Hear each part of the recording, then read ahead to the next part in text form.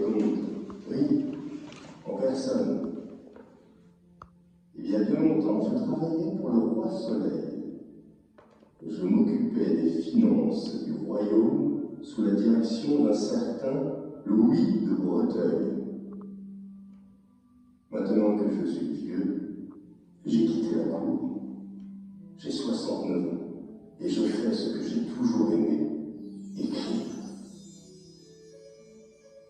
Voyez-vous, en ce moment même, j'écris des contes. Je m'inspire d'histoires très anciennes transmises à l'oral de génération en génération.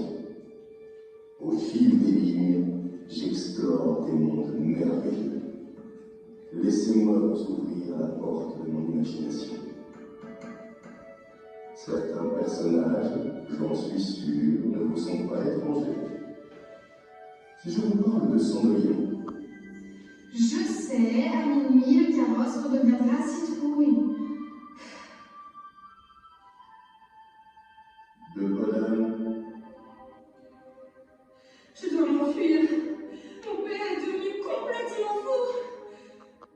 Barbe Bleue, Ma femme, vous êtes entrée dans le cabinet interdit. le petit chaperon rouge, Tire la cheminette, la bobinette tira. la belle au bois dormant,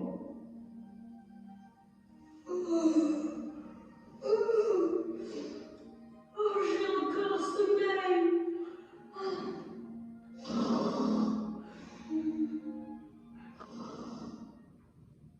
Pour le nouveau conte que j'écris, plongeons le décor.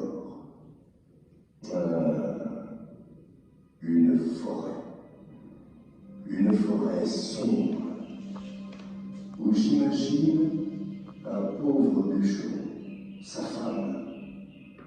Moi-même, je suis issu d'une famille de 7 enfants. J'étais le petit dernier. Dans notre histoire aussi, les parents auront 7 enfants. Et notre héros sera le plus jeune des garçons. Je vais l'appeler... Le petit poussé, parce que je ne suis pas plus gros que le pouce. Je ne vous remercie pas, monsieur Perrault. Nos parents nous ont perdus 2 fois dans la forêt.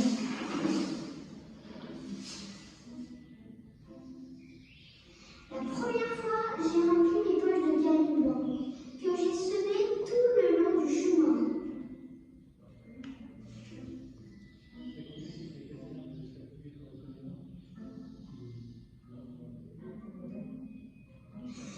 Heureusement, j'ai pu ramener mes frères à la maison.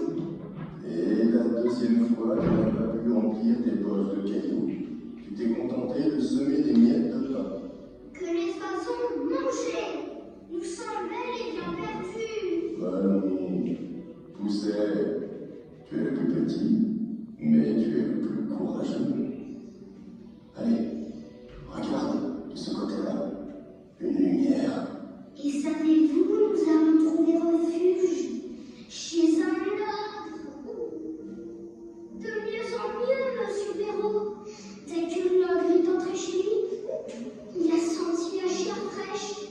Il a trouvé notre cachette. Au secours! Heureusement, la femme de l'ogre le supplia de remettre ce festin au lendemain. Mais moi, je n'ai toujours pas confiance. Mes frères et moi dormions dans la même chambre que les 7 filles de l'ogre. Alors, j'ai eu l'idée d'échanger de bonnets avec les couronnes des petites ogresses qui dormaient profondément. Comme tu as bien fait.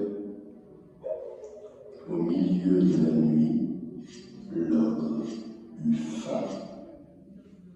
Il alla dans la chambre et, trompé par les couronnes, il égorgea ses propres filles avant d'aller se recoucher.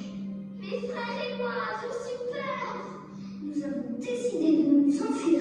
Nous avons couru le plus loin possible, sans nous arrêter. Le lendemain, à son réveil, l'ogre s'aperçut de son erreur.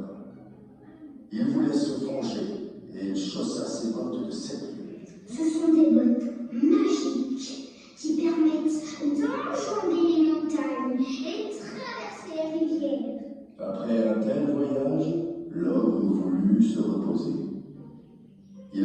s'endormir par hasard contre un rocher, derrière lequel les enfants étaient cachés.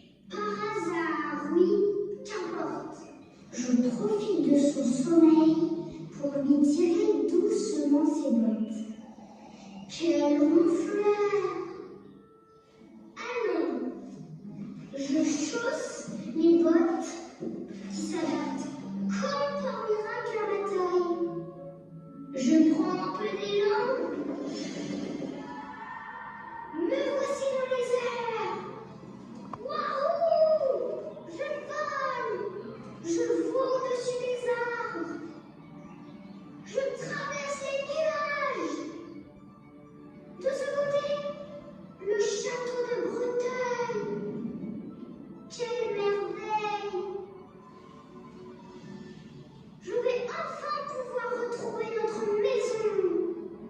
Je me sens libre comme un oiseau. Et les aventures du petit Pousset continuèrent. Il récupéra le trésor de l'homme et devint même le messager du roi. Et c'est ainsi que ce petit marmot fit le bonheur de toute sa famille.